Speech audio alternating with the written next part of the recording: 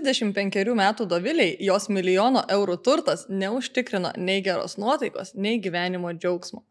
Dovilė buvo sėkminga ir aktyvi verslininkė, tikra darboholikė.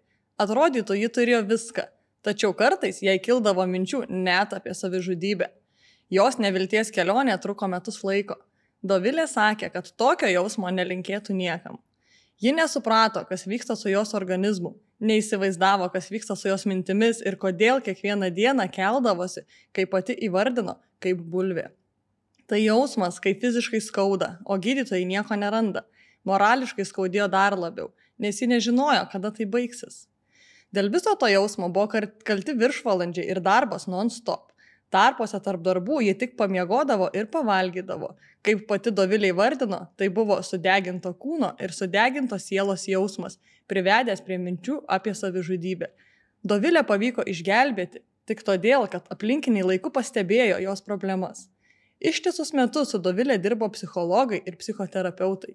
Jų dėka Doviliai pavyko išmokti skirti laiko pramogoms ir atsipalaidavimui, bei subalansuoti savo gyvenimo rutiną. Ši istorija parodo, kad persidirbimas, visiškai neturint poilsio ir pramogų, yra itin pavojingas gyvenimo būdo pasirinkimas.